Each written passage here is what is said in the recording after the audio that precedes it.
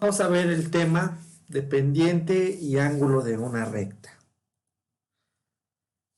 La pendiente de una recta es el grado o la medida de inclinación de una recta.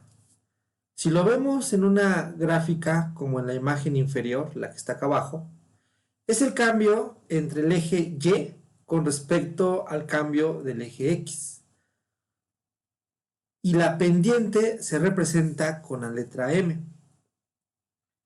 Si la recta pasa por dos puntos distintos, siendo P1 una coordenada que tiene X1 y Y1, y siendo un punto 2 teniendo una coordenada con X2 y Y2, entonces su pendiente está dada por la siguiente fórmula, en donde decimos que la pendiente es el cambio vertical, o sea, las Y's o las elevaciones, sobre el cambio horizontal, o sea, el cambio de las X. En el tipo de pendientes, cuando son pendientes positivas, genera una recta como la que está en el lado inferior izquierdo. Cuando son negativas, la recta es inversa, así como está en la figura donde dice negativa. Cuando la pendiente, al calcularla, nos da 0, significa que es paralela al eje de las X. Y cuando la pendiente es indefinida o simplemente en la calculadora nos da error, eso significa que es paralela al eje de las Y o tiene un ángulo de 90 grados. Ahora vamos a ver lo del ángulo de inclinación de una recta. Ya vimos lo que es la pendiente.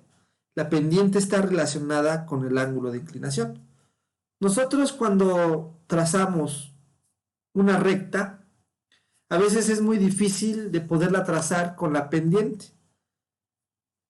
Para poder trazar esa recta hay que calcular el ángulo y así es mucho más fácil de trazar esa recta.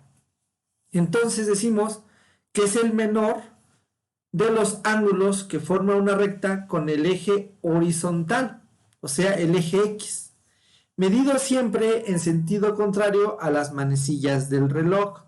Acá hay que hacer una aclaración muy importante, que siempre se mide en sentido contrario a las manecillas del reloj cuando la pendiente es positiva, bueno, cuando el ángulo es positivo. Cuando el ángulo es negativo, se mide al sentido como van las manecillas del reloj. Muchos autores nos mencionan que siempre los ángulos los tenemos que dar en positivo. Como decíamos anteriormente, las pendientes están relacionadas con los ángulos. Decimos que si la pendiente es positiva, el ángulo de inclinación siempre será agudo, o sea, menor de 90 grados, y eso es como la imagen inferior es la primera imagen del lado izquierdo. Si la pendiente es negativa, el ángulo de inclinación siempre será obtuso, o sea, será más de 90 grados y menor de 180 grados, así como la segunda imagen.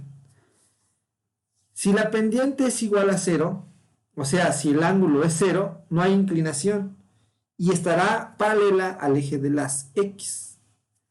Si la pendiente es indefinida o cuando nuestra calculadora sale error, eso quiere decir que el ángulo es igual a 90 grados, o sea, está en paralelo al eje de las Y.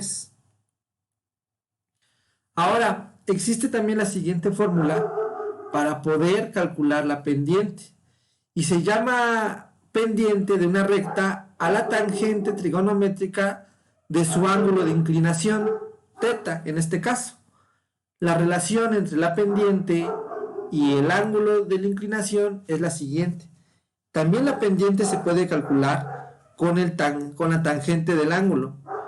Cuando no tenemos las distancias entre el eje Y y la distancia entre el eje X y nos dan en los ejemplos los ángulos, se puede calcular con la pendiente es igual a la tangente del ángulo.